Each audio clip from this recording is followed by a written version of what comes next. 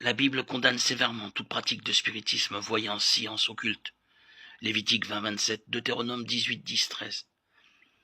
Les horoscopes, cartes de tarot, diseurs de bonne aventure, liseurs des lignes de la main font également partie de cette catégorie. Ces pratiques sont basées sur la croyance en des dieux, des esprits ou des défunts qui peuvent nous conseiller et nous guider. Ces dieux ou esprits sont des démons. 2 Corinthiens 11, 14, 15. La Bible ne nous donne aucune raison de croire que nous pouvons contacter nos êtres chers décédés. S'ils étaient croyants, ils sont au ciel et profitent des délices du lieu le plus merveilleux qui dépasse notre imagination en communion avec un Dieu d'amour.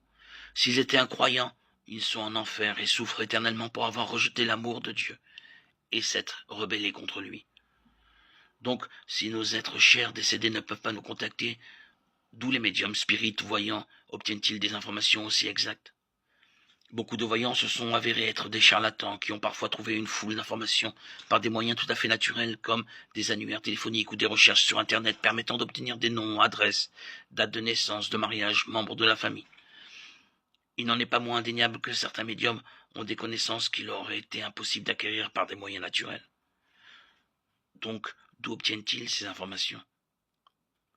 De Satan et de ses démons. Et ce n'est pas étonnant, puisque Satan lui-même se déguise en ange de lumière. Il n'est donc pas étrange que ses serviteurs aussi se déguisent en serviteurs de la justice. Leur fin sera conforme à leur acte. 2 Corinthiens 11, 14, 15. Acte 16, 16, 18 raconte l'histoire d'une voyante qui pouvait prédire l'avenir jusqu'à ce que l'apôtre Paul chasse un démon d'elle. Satan fait semblant d'être bon et utile. Il veut paraître bon. Satan et ses démons donnent au médium des informations sur une personne afin de l'accrocher au spiritisme que Dieu interdit.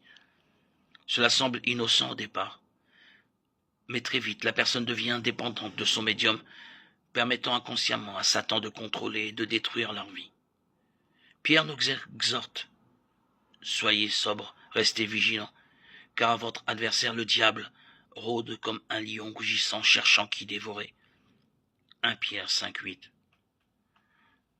Dans la plupart des cas, les médiums eux-mêmes sont trompés et ne savent pas quelle est la véritable source des informations qu'ils reçoivent.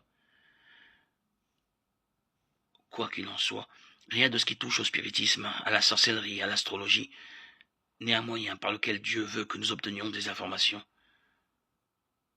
Comment Dieu veut-il que nous discernions sa volonté pour notre vie ? Le plan de Dieu est simple, mais puissant et efficace. Étudiez la Bible, 2 Timothée 3, 16, 17, et priez pour la sagesse, Jacques 1, 5.